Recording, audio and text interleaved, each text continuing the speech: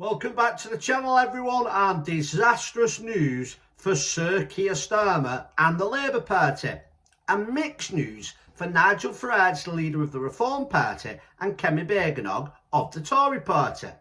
So a shock poll has come out today, and it suggests that the Labour Party would lose 200 seats and be down to 228 if there was a general election held today. This is only 5 months from the last general election where Keir Starmer won 400 and something seats, the biggest majority seen in 2 decades. Now, how has it gone so wrong for Keir Starmer, and where are the other parties polling in on this? So the Reform UK Party, which would be around about even with the Labour Party and Conservatives, a few points behind, would get 65 to 70 seats. Now, obviously, this is a big improvement for Reform UK from the 5 that it currently has, but it shows how wrong the system is and how corrupt our electoral system is when the Labour Party can get 228 seats. The Conservatives would be up 100 on 222. Both of them, by the way, nearly 100 off having a majority. It's around 316 you need. But the Reform Party, with round about the same on the popular vote, would get 150 seats less than Conservatives or the Labour Party. And that is because we have something called the first past the post, where basically every single constituency where there's an MP seat up classes as 1 point. So you could get just under the winning party, let's say the Labour here in the north, but just behind, and the Conservatives are right down. Then down in the south, you could come second just behind the Conservatives with Labour right down. Get more votes overall, but end up with barely any seats. Now, most European countries, and including Scotland and Wales, run off a proportional representation, which means you roughly get the amount of MPs that you get the percent of the vote. So if you get 25% of the vote that Reform are polling on, you would get 25% of the MPs. So would Labour, so would the Conservatives, and the other quarter would be mixed between the Greens, Lib Dems and Independents. Now, that would be a fair representation of what the people in the country are voting for. But this is the good news for the Reform UK Party. This poll is probably underestimating the Reform Party, and it's probably overestimating the big two. Don't be surprised if the Reform Party are actually ahead in the popular vote.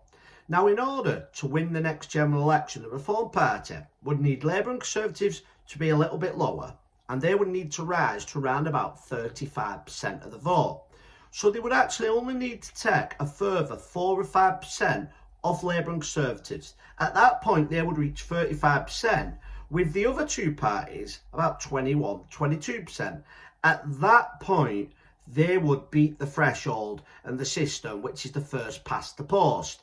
That would enable them to wipe out both parties and probably get a majority or very close to it. Now, as things stand with this poll, the Labour Party would have 228. They need 316 for a majority.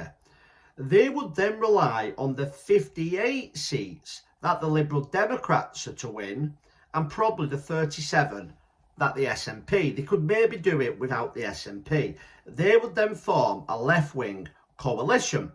Now, the other option for the Conservatives and Reform, and I know a lot of people listening might not like this, would be for them to look at forming a more right-wing or centre to right, and that would give them 222 seats for the Conservatives. It would give 72 seats, so it would be around about 295ish, give or take. That's my mathematics working quickly. So if these polls are slightly off and the Conservatives and the Reform Party can get 20 more seats between them, they could also go to His Majesty and try and form a more right-wing government. There's parties like the DUP that might also get 10 seats that could add on to that. So either way, we are looking at the next general election, unless something massively changes, at a huge hung parliament. And the question is, how have we got here? So Keir Starmer should still be on his honeymoon period. This is the worst news and potentially be some of the last news for the Prime Minister, because he might be on his final days. He had 400 and something MPs. The way things are going, it's only going to get worse. We're seeing a type of politics now that we've never seen before. We saw the Tories go from 380 to 120, and we're looking like we're going to see the same thing happen with Keir Starmer. And this is the reason why. Both of these parties are controlled by very, very evil, corrupt people. And when these people get in charge, like Sunak, Keir Starmer, and it's looking like Kemi Bergenog, the way she's trying to silence Farage, they are told what to do by the people who are the donors, who control the banks, who control the media. And that stuff is never going to be popular with you and me, the working class people of this country. So when they then implement these policies that are wanted by the elites, we're going to turn against them. And there's nothing they can do. They can't go against the master, so they go along with the plan. And we turn, and we turn in a big way. Now, the problem has been previously, we've turned to another cheek on the arse, as George Galloway likes to say. And the Labour Party or the Conservative Party simply carried on. Look at Keir Starmer. He is doing everything that David Cameron, Theresa May, Boris and Sunak did. And that's because they're controlled by the very same people. But now we have the Reform UK Party. Our best chance at beating this two-party system that we have. Now, I understand there's people who watch this channel that don't like some of the stuff Richard Tyson said and Nigel Farage. But what I'll say to you is this. Who is the best option? Nigel Farage and the Reform Party, or Labour and the Conservatives? Because if those people that are upset with the Reform Party turn back to the Reform Party and voted them, and that could be the big difference. Remember, nearly 60%, 55% of people sometimes don't vote at elections. So let's say that 50% of people, another 20% of those came out of the next general election and voted because they want real change. The Reform Party would absolutely walk the election. They're on the rise and the two big parties are coming down. Then we have the Liberal Democrats. Now, the Liberal Democrats, you don't really know where they stand. They was put in place to make it look like we don't have a two-party system.